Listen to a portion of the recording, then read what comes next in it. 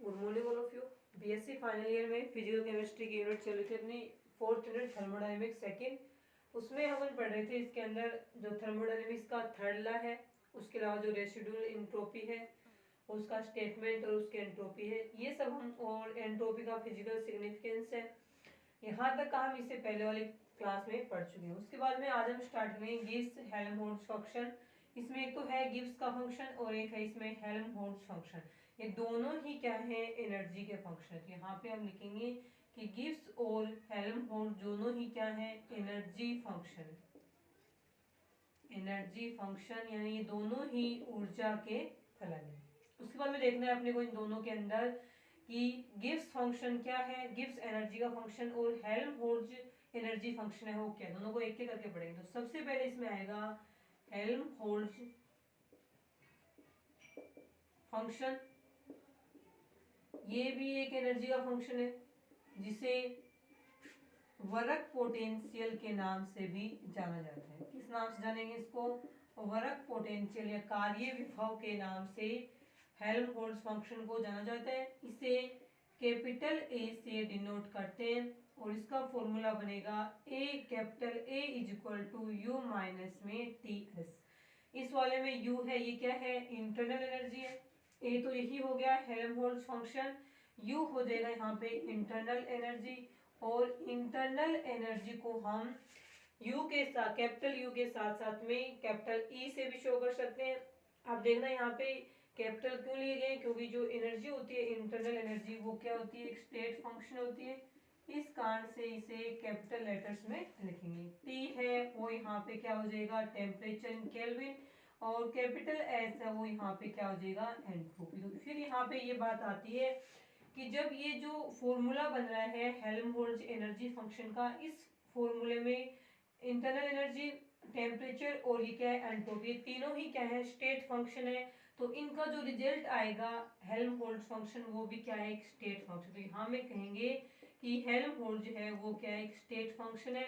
State function है तो इसका मतलब ये है केवल स्टेट की इनिशियल और फाइनल स्टेट यानी प्रारंभिक और अंतिम अवस्था पर ही निर्भर करता है।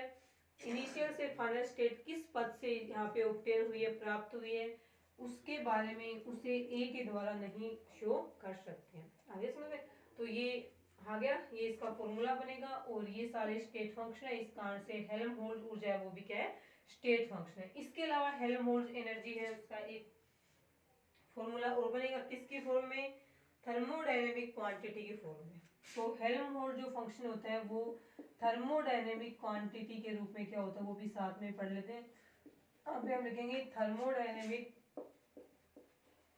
क्वांटिटी की फॉर्म में, थर्मोडायनेमिक क्वांटिटी की फॉर्म में हेल्महोल्ट्ज फंक्शन है वो अपने को यहाँ पे, इसका फॉर्मूला बनता है del A is equal to, minus लिख दें यहाँ पे, और डब्ल्यू मैक्सिमम। अब अपने को पता है कि डब्ल्यू मैक्सिमम कब होता है, जब हमने इसमें शायद thermodynamics first BSc second year में पढ़ा था, वहां पे ये आया था कि जो रिवर्सिबल प्रोसेस होती है, और रिवर्सिबल भी कब होती है, आइसोथर्मल प्रोसेस। यहाँ पे हम लिखेंगे एट कांस्टेंट, ये अलग है इसमें, एट कांस्टेंट टेम्परेचर यानी कि स्थिर ताप पर। तो स्थिर ताप पे या कांस्टेंट टेम्परेचर पे जो प्रोसेस होंगी उनको हम क्या बोलेंगे, आइसोथर्मल प्रोसेस के नाम से जानते हैं। तो कांस्टेंट टेम्परेचर पे होने वाली जितनी प्रोसेस है या जितनी भी आइसोथर्मल प्रोसेस होती हैं उनमें क्या होता है, और वो भी कैसे होनी चाहिए, आइसोथर्मल प्रोसेस है वो रिवर्सिबल होनी चाहिए, उत्क्रमणीय होनी चाहिए।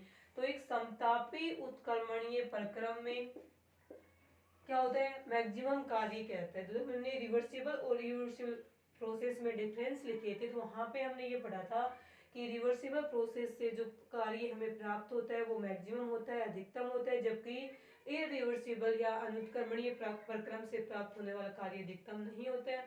तो यहाँ पे हमने लिखा है डब्ल्यू मैक्सिमम इस फॉर्मूले में। थर्मोडायनेमिक क्वांटिटी के रूप में जब हमने हेल्महोल्ट्ज फंक्शन को लिखा है तो हमने यहाँ पे लिखा है कि डब्ल्यू मैक्सिमम, और डब्ल्यू मैक्सिमम कब होता है, रिवर्सिबल प्रोसेस और या उत्क्रमणीय प्रक्रम में, और ये भी किस कंडीशन में हो, आइसोथर्मल प्रोसेस हो रहा हो, एट कांस्टेंट टेम्परेचर पे कोई प्रोसेस हो रही है जो कि रिवर्सिबल है, वहां पे जो अपने को वर्क ऑब्टेन होगा वो क्या रहेगा, डब्ल्यू मैक्सिमम। अब इस फॉर्मूले से अगर शो रहा है तो इसमें हम स्टेटमेंट क्या लिखेंगे, यहाँ जो डब्ल्यू मैक्सिमम है वो गिव्स हेल्महोल्ट्ज एनर्जी में जो कमी हो रही है, माइनस का साइन लग गया ना, इसका मतलब ऊर्जा ये जो हेल्महोल्ट्ज एनर्जी है उसमें क्या हो रही है, कमी हो रही है। डेल ए का मतलब क्या है, तो डेल ए का मतलब यहाँ पे होगा फाइनल स्टेट का हेल्महोल्ट्ज एनर्जी फंक्शन और इनिशियल स्टेट का हेल्महोल्ट्ज एनर्जी फंक्शन। अब देखो इसमें माइनस का साइन इसके ऊपर कब आएगा, जब ये वाली संख्या क्या हो, छोटी हो रही है, क्या बड़ी हो, मतलब ये जो इसमें प्रोसेस हो रही थी आइसोथर्मल प्रोसेस, रिवर्सिबल प्रोसेस जिसे हम बोल रहे हैं, तो जब इनिशियल स्टेट से फाइनल स्टेट में गया तो इस सिस्टम की जो हेल्महोल्ट्ज एनर्जी है वो क्या होगी, कम होगी। कम होते ही ये साइन किसमें आएगा, नेगेटिव में आएगा। तो हम क्या कहेंगे यहाँ पे कि एट कांस्टेंट टेम्परेचर या फिर उत्क्रमणीय समतापी प्रक्रम जब संपन्न होते हैं तो वहाँ किया गया अधिकतम कार्य उस सिस्टम की हेल्महोल्ट्ज ऊर्जा में होने वाली कमी के बराबर होता है। किसी उत्क्रमणीय समतापी प्रक्रम में किया गया अधिकतम कार्य उस प्रक्रम की हेल्महोल्ट्ज ऊर्जा में होने वाली कमी के इक्वल होता है। इस ये कार्य इस एनर्जी में जितनी कमी होगी उसके क्या रहेगा, इक्वल रहेगा। आगे समझ में, वापिस सुने, ये एक एनर्जी फंक्शन है, इसे वर्क पोटेंशियल के नाम से भी जान सकते हैं, कार्य विभव कैपिटल एस से हम प्रदर्शित करते हैं। इसका फॉर्मूला ये बनेगा, इस फॉर्मूले में यू क्या है, इंटरनल एनर्जी, टी क्या है, टेम्परेचर, और एस क्या है, एंट्रोपी। क्योंकि इस फॉर्मूले में इंटरनल एनर्जी, टेम्परेचर और एंट्रोपी तीनों ही स्टेट फंक्शन है, इस कारण से ये जो हेल्महोल्ट्ज एनर्जी है वो भी एक स्टेट फंक्शन है। स्टेट फंक्शन है, इसका मतलब ये किस प्रकार से होगा, इसलिए इसको कैपिटल में लिखा और ये इस प्रकार से लिखा जाएगा, यानी इसलिए ये सिस्टम की इनिशियल और फाइनल स्टेट पे डिपेंड करता है। थर्मोडायनेमिक क्वांटिटी के रूप में हम हेल्महोल्ट्ज एनर्जी फंक्शन को इस प्रकार से शो कर सकते हैं। इसका मतलब है कि आइसोथर्मल उत्क्रमणीय समतापी उत्क्रमणीय प्रक्रम के दौरान किया गया अधिकतम कार्य उस सिस्टम की या उस प्रक्रम की हेल्महोल्ट्ज ऊर्जा में होने वाली कमी के बराबर या इक्वल होता है। आगे समझ में, माइनस का साइन है, इसका मतलब यहाँ पे हेल्महोल्ट्ज ऊर्जा में क्या हो रही है, कमी हो रही है। ये था आपके हेल्महोल्ट्ज फंक्शन के बारे में जो भी लिखना था वो हो गया। फिर पढ़ेंगे गिब्स, इसी प्रकार से गिब्स फंक्शन को पढ़ेंगे, उसके बाद इन दोनों में क्या रिलेशन है वो पढ़ा जाएगा, ठीक है। तो एक हो गया अपना हेल्महोल्ट्ज फंक्शन। अब पढ़ेंगे सेकंड, यहाँ पे हम गिब्स एनर्जी फंक्शन, जिसे गिब्स फ्री एनर्जी के नाम से भी जानते हैं, गिब्स एनर्जी के नाम से भी जानते हैं। दोनों में से कोई भी नाम ले, इक्वल सेम ही बात है। देखिए उसके बाद अपना सेकंड रहेगा गिब्स एनर्जी फंक्शन या गिब्स फ्री एनर्जी, कई नाम है इसके, सारे नाम लिखेंगे अभी। देखें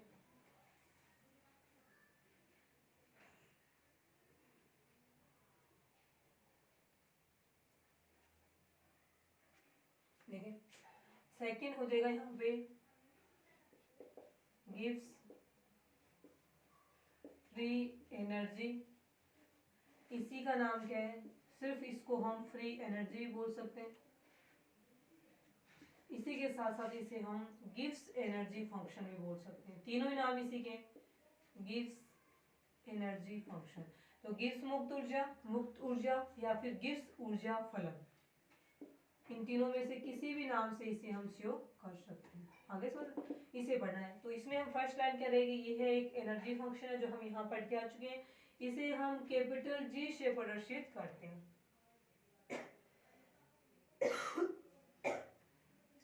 ठीक है, इसे हम कैपिटल जी से क्या करेंगे, प्रदर्शित करेंगे। अब इसका फॉर्मूला बनाते हैं हम, G is equal to u plus T S minus में P, u plus T S minus में पीवी, यहाँ पीवी आएगा पहले, प्लस पीवी माइनस में टीएस, ये फॉर्मूला होता है इसका।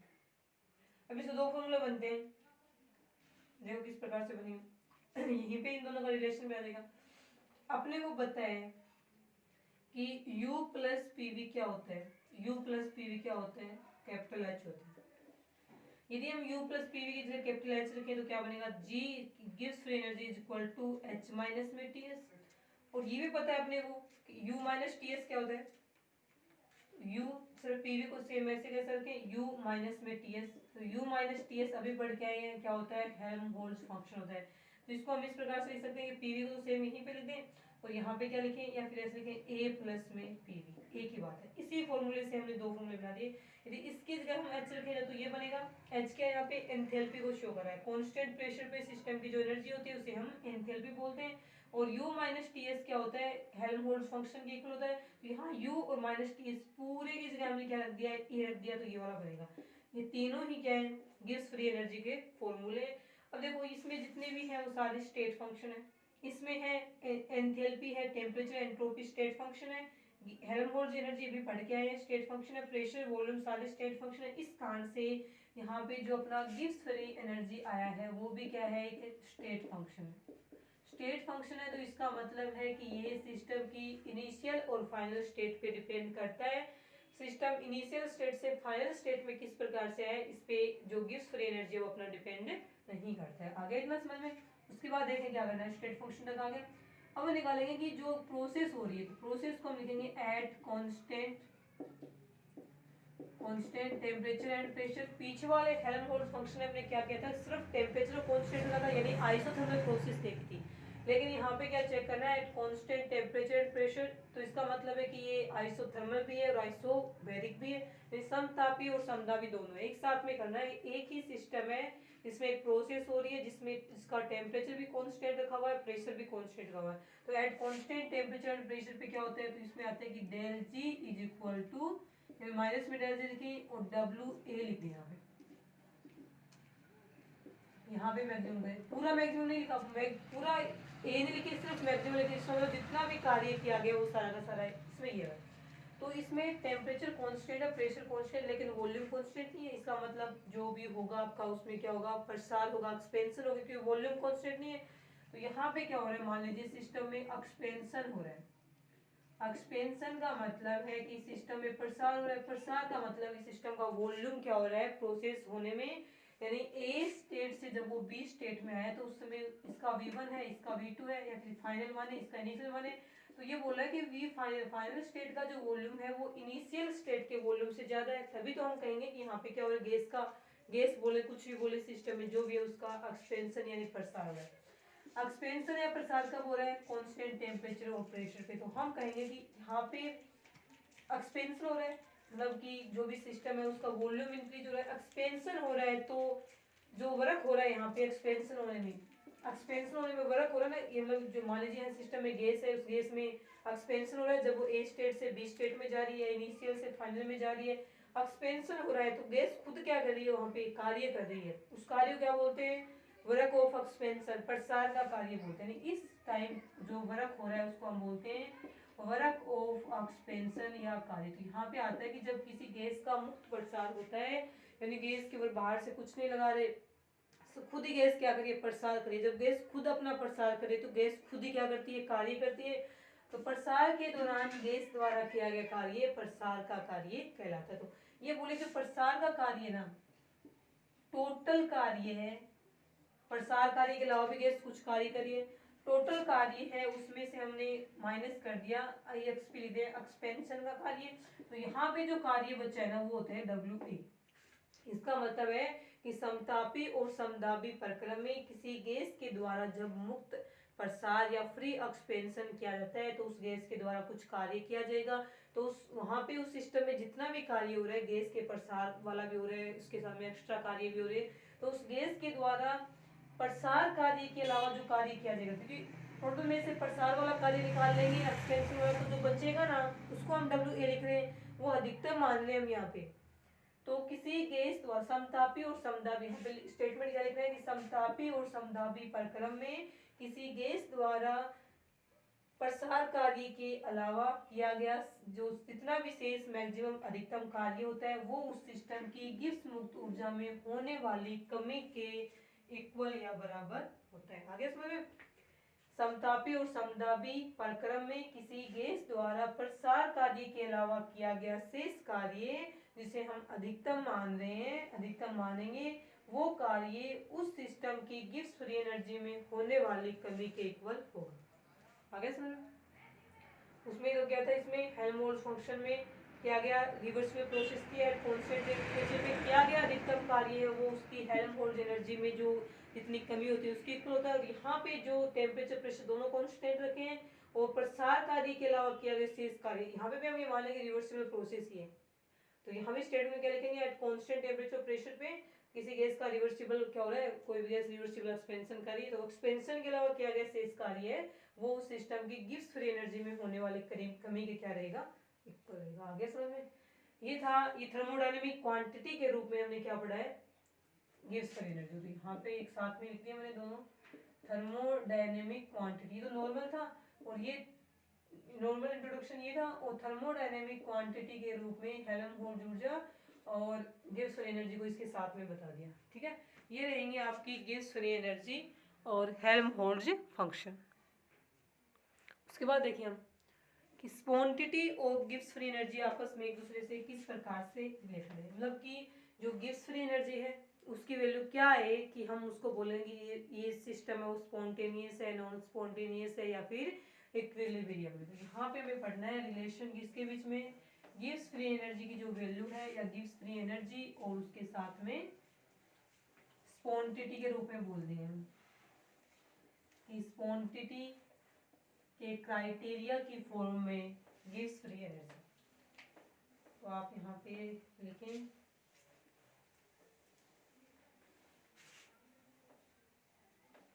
लिखना गया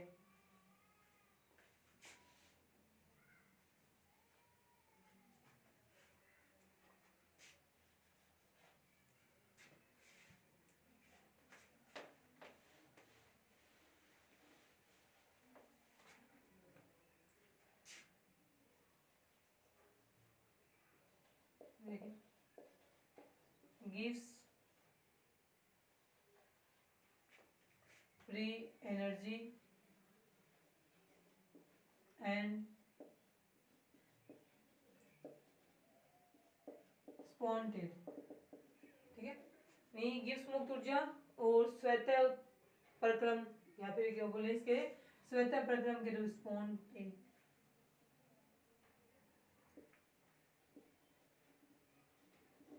स्वतः परिवर्तिता और गिव्स फ्री एनर्जी। तो इसमें तीन वैल्यू जाती हैं।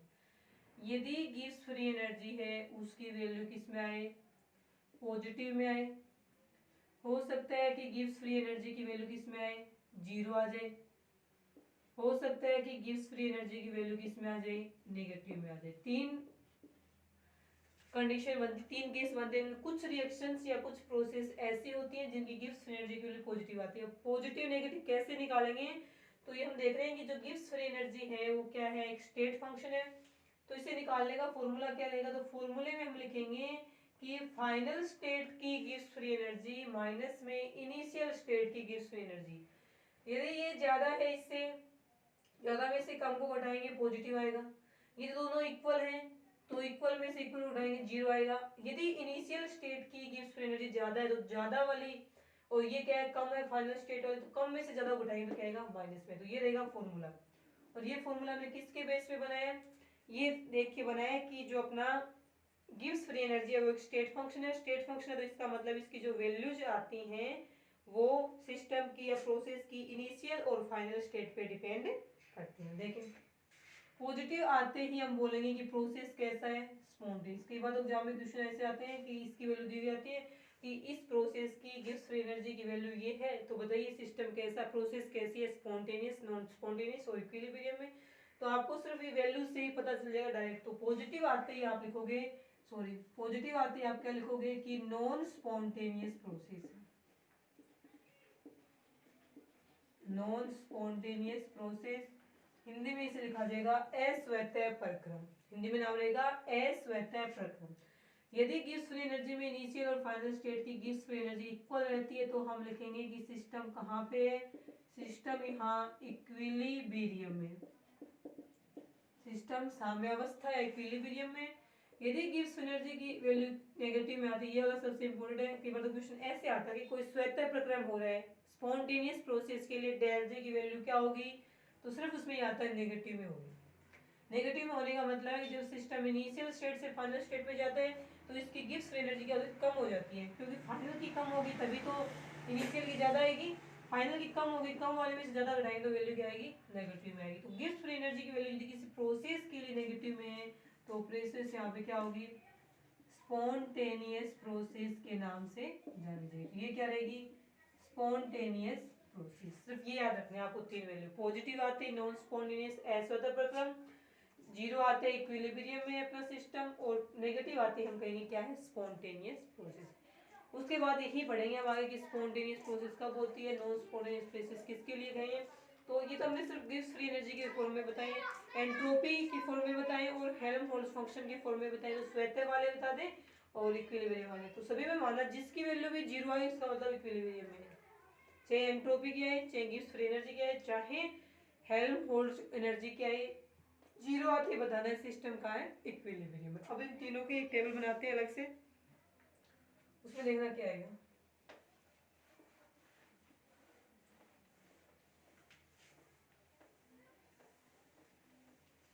देखें,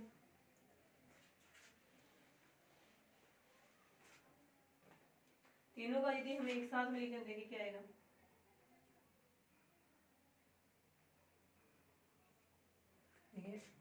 एंट्रोपी में चेंज, हेल्महोल्ट्ज एनर्जी में चेंज और गिब्स फ्री एनर्जी में चेंज।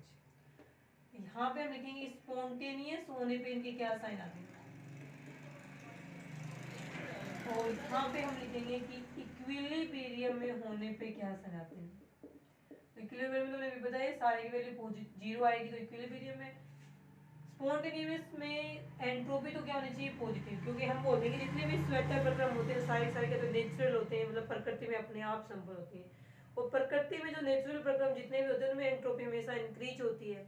एंट्रोपी इंक्रीज होने का मतलब फाइनल स्टेट की एंट्रोपी ज्यादा, इनिशियल स्टेट की एंट्रोपी कम। तो फाइनल वाले में से इनिशियल घटाएंगे तो पॉजिटिव तो आएगी, क्योंकि एंट्रोपी बढ़ रही है प्रोसेस के दौरान।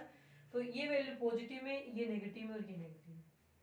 तो स्पॉन्टेनियस प्रोसेस के लिए ये विशेषताएं होती हैं कि उनकी एंट्रोपी चेंज है पॉजिटिव, हेल्महोल्ट्ज एनर्जी नेगेटिव और गिब्स फ्री एनर्जी नेगेटिव आएगी। इक्विलिब्रियम में इन तीनों की वैल्यू क्या आएगी? जीरो आएगी। आगे समझ में। अब इसके कुछ एग्जांपल्स हैं, वो करते हैं किस प्रकार से पॉजिटिव नेगेटिव में।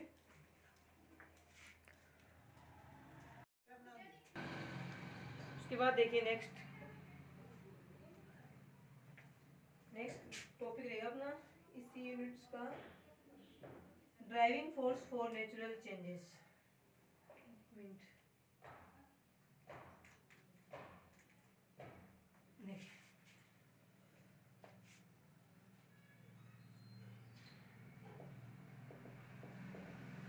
Driving force for natural changes, ठीक है।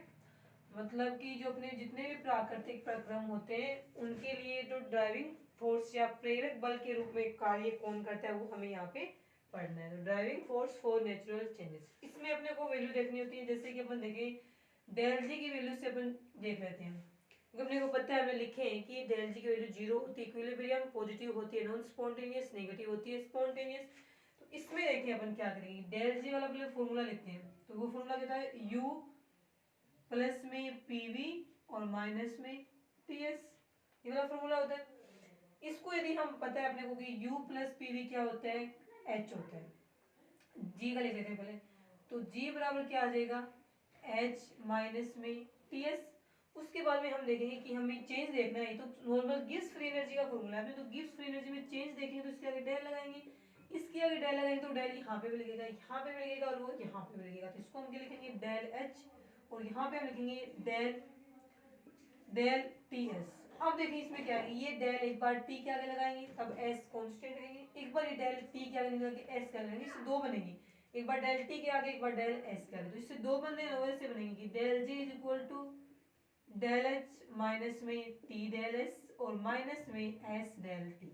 एक बार टी को ऐसे कैसे रख दिया, डेल एस के आगे लगा दिया, एक बार एस को ऐसे रख दिया, डेल टी का लगा दिया, बन गया। अब यदि हम देखें यहाँ पे eight constant temperature, constant temperature, temperature constant है, इसका मतलब टेम्परेचर में डिफरेंस क्या है? जीरो। तो ये वाले टर्म इस यहाँ डेल टी से क्या आएगा? जीरो। कब? कांस्टेंट टेम्परेचर पे डेल टी जीरो आएगा, इसका मतलब इसको जीरो को एस से गुणा करेंगे, पूरा टर्म जीरो, यानी ये वाली टर्म क्या होगी? जीरो।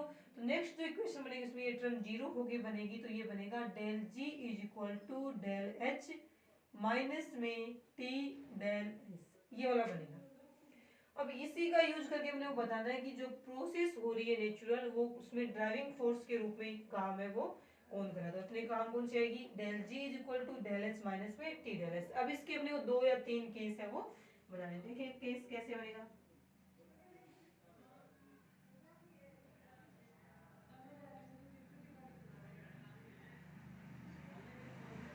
अब 2 सिस्टम हो गए मेरे पास।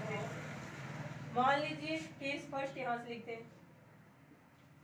फर्स्ट केस में ये है कि मान लीजिए डेल एच की वैल्यू क्या हो, पॉजिटिव हो, और डेल एस की वैल्यू में क्या हो, पॉजिटिव। डेल एस की वैल्यू पॉजिटिव आई है, इसका मतलब क्या है कि जो प्रोसेस हो रही है उसके होने में सिस्टम की एंट्रोपी इंक्रीज हो रही है। एंट्रोपी कब इंक्रीज होती है, जब सिस्टम में मॉलिक्यूल्स या पार्टिकल्स की डिस्टरबेंस इंक्रीज होती है, अव्यवस्था बढ़ती है, तो एंट्रोपी बढ़ती है। ये सिस्टम है।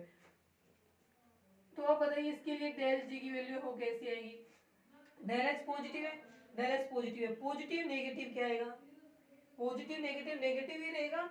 और डेल एच फिर अपने को ये देखना है कि इन दोनों में से वैल्यू कौन सी वाली बड़ी है, डेल एच की वैल्यू बड़ी है या फिर डेल एस की वैल्यू वो बड़ी है। ठीक है, अपने इसका एग्जाम्पल लेके करते हैं। तो ये बात हो गई क्या, सिर्फ इसका यूज करना है अपने को। केस यही है फर्स्ट केस। फॉर्मूला लिख लेते हैं एक साइड हम, यहाँ पे लिखते हैं हम वो फॉर्मूला। तो फॉर्मूला क्या था, del G is equal to del H minus में टी डेल एस। अब अपने पास है कि डेल एच पॉजिटिव है, केस फर्स्ट में डेल एच पॉजिटिव है। अब इसके लिए करते हैं हम एक एग्जांपल। एग्जांपल्स में अपने पास ये है कि H2 गैस प्लस में Br2 गैस, दोनों आपस में मिलकर क्या बना दिए, 2HBr बना दिए गैस को। 2HBr बना दिए। अब इसके लिए वैल्यू दी हुई है डेल एच की आपको, क्योंकि डेल एच इसमें क्या बताया हुआ है, पॉजिटिव में बताया हुआ है। सॉरी, फर्स्ट केस में डेल एच नेगेटिव होगा, ये वाला क्वेश्चन है उसमें डेल एच नेगेटिव। माइनस में 71.47 किलो जूल मोल इनवर्स ये बता हुआ है।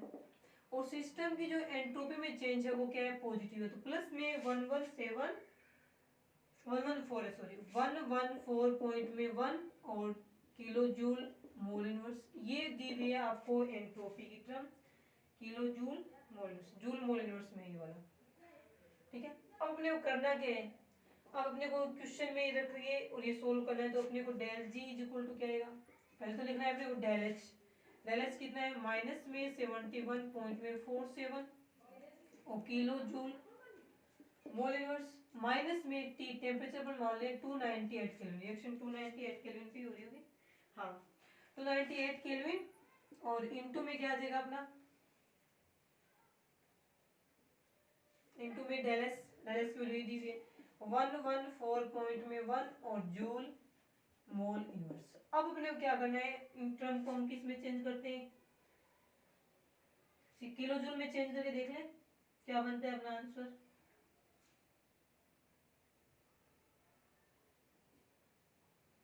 इसमें बोला है कि क्वेश्चन को सोल्व करने पे माइनस में 71.47 और लास्ट में यहीं पे कॉमन आ रहा है kilo joule mole inverse.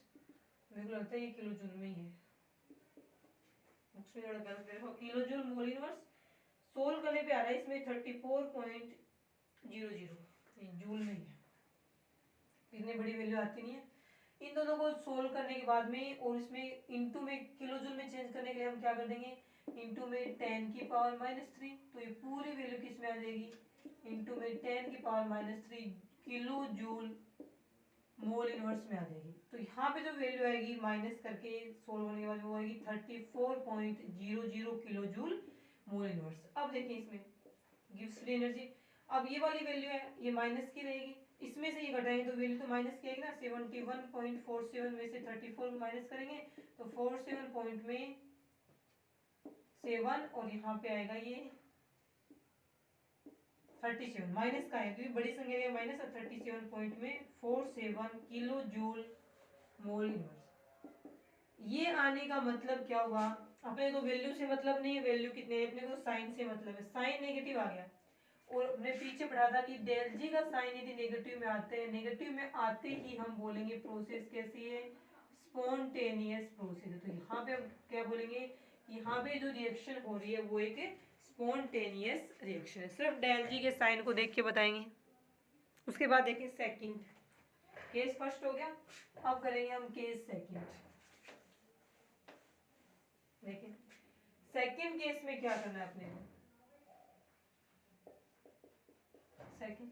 Second case में करना ये है कि डेल एच की वैल्यू भी नेगेटिव में रखो और डेल एस की वैल्यू भी नेगेटिव में रखो। तो नेगेटिव और del S negative, negative negative positive, और फिर वो प्रोसेस रखनी है स्पॉन्टेनियस। तो हम क्या करेंगे कि डेल एस की वैल्यू नेगेटिव, तो नेगेटिव नेगेटिव तो पॉजिटिव हो गया, तो डेल एच की वैल्यू भी नेगेटिव है, तो डेल से नेगेटिव कब आ सकता है कि जब डेल एच की जो वैल्यू हो नेगेटिव में वो ज्यादा बड़ी हो किससे, डेल एस की नेगेटिव वैल्यू से।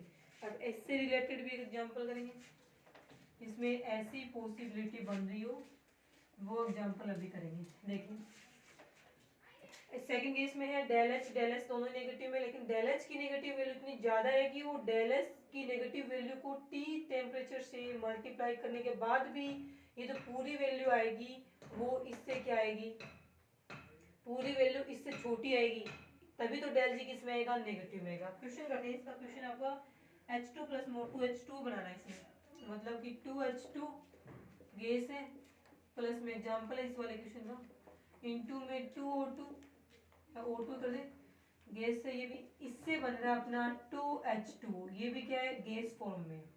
अब इसके लिए अपने को निकालना है, तो इसके लिए आपको डेल एच की वैल्यू दी हुई है माइनस में 571 किलो जूल मोल इनवर्स, और आपको एंट्रोपी की वैल्यू दी हुई है इस वाली इक्वेशन के लिए माइनस में 326 जूल में दी हुई है, तो किलो जूल में करोगे ना इसको तो केस में आ जाएगा इनटू में 10 की power -3 kilo joule mole inverse, और टेम्परेचर आपको दिया हुआ है 298 केल्विन। क्वेश्चन फॉर्मूले में रखो, फॉर्मूले में रखते क्या आएगा, del G is equal to del H रखेंगे पहले तो माइनस में 571 और kilo joule mole inverse minus में टेम्परेचर वही 298 केल्विन, इनटू में डेल एच की वैल्यू ये रखनी है माइनस में 326 इंटू 10 की power -3 kilo joule mole inverse. अब करना क्या, ये माइनस मिलके क्या बनाएंगे, प्लस बनाएंगे, तो ये तो वैल्यू सेम ऐसे रखेंगे, माइनस में 571 किलो जूल मोल इनवर्स, अब ये माइनस माइनस क्या हो गया, प्लस आ गया। अब इसको मल्टीप्लाई करेंगे 298 को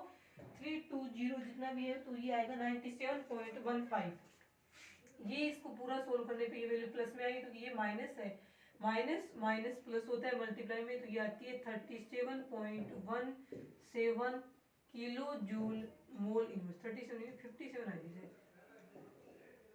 अब देखो, अब ये माइनस में थी दोनों ही, लेकिन ये इस डेलस से क्या थी, छोटी थी। अब ये 326 बनवाना, ये तो किलो में, ये सिर्फ जूल में तब 326 है, माइनस का 3 करेंगे तभी किलो जूल, माइनस का 3 मतलब पॉइंट यहाँ लगेगा, तो 0.326 से तो 571 बहुत बड़ा होता है, 97 आ रहा है सॉरी। इनको जब हम करेंगे तो इसमें से ये घटाएंगे, बड़ी संख्या का जो साइन है वही आएगा, तो इसको हम लिख देंगे 49432 जो भी कितना आएगा पता नहीं 434 और किलो जूल। अब वैल्यू आप देखना इसमें से घटाने पे कितना आता है, अपने को सिर्फ इससे मतलब है कि डेल जी का साइन क्या है, डेल जी का साइन नेगेटिव में आता है, नेगेटिव में आते ही बोलेंगे ये जो H2 और O2 से मिलकर H2 बनी है उस वो भी क्या है, स्पॉन्टेनियस यानी स्वतः परक्रम होता है। आगे समझ में, सिर्फ अपने को ये वाला चेक करना है। तो आगे सेकंड केस समझ में, दोनों वैल्यू नेगेटिव में थी, लेकिन डेल एच की वैल्यू इतनी बड़ी नेगेटिव में थी कि डेल एच की वैल्यू और टेम्परेचर को मल्टीप्लाई करने के बाद भी डेल एच की नेगेटिव वैल्यू ही बढ़ी रही थी। इस कारण से फाइनल रिजल्ट में डेल एच की वैल्यू क्या आई, नेगेटिव। नेगेटिव आते हमने बोल दिया ये क्या है, एक स्पॉन्टेनियस प्रोसेस होती है। ठीक है, समझ में, एक केस और करेंगे इसके अंदर।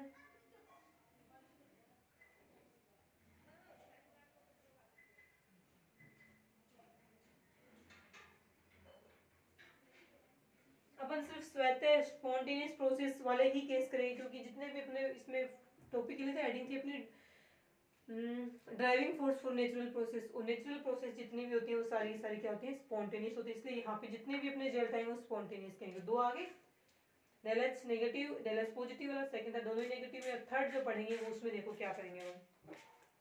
अब इसी का थर्ड केस पढ़ते हैं। थर्ड केस में अपन क्या करते हैं कि डेल एच को पॉजिटिव रख लें, देखिए डेल एच पॉजिटिव है इस बार और डेल एस है वो भी क्या है पॉजिटिव है। देखो क्या होगा, केस नंबर थर्ड बनाया आपने।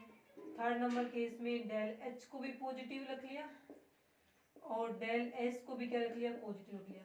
ये तो पॉजिटिव है तो पॉजिटिव हो गया, मान लीजिए ये पॉजिटिव है ना, तो पॉजिटिव और ये नेगेटिव दोनों मल्टीप्लाई में, negative positive plus minus minus ही रहेगा।